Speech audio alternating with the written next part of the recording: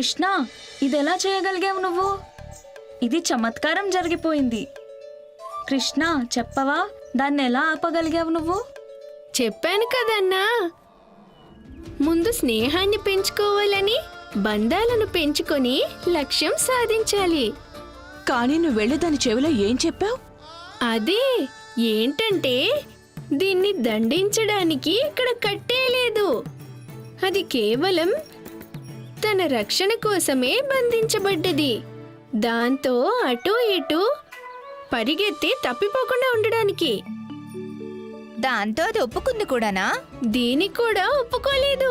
మరి ఇంకా ఇది కూడా చెప్పాను, తృప్తిగా పాలు కూడా తాగిస్తానని. ఇంకా బూందీ లడ్డు అమ్మ నా కోసం చేస్తుంది కదా, అది కూడా తినిపిస్తానని చెప్పాను.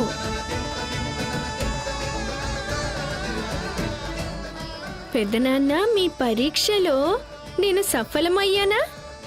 కన్నయ్య, సఫలమయ్యావు. చాలా బాగుంది.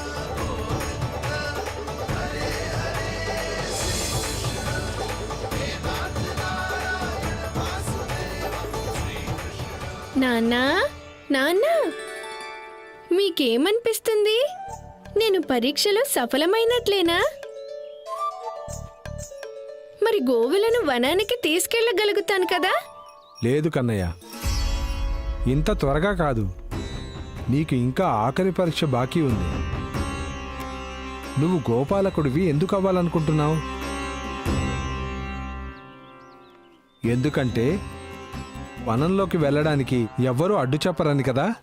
అలాగే నీ సకులతో కలిసి ఆడుకోవడానికి కదా. లేదు నాన్న, వనానికి ఎవరికి తెలియకుండా కూడా వెళ్ళగలను. అలాగా?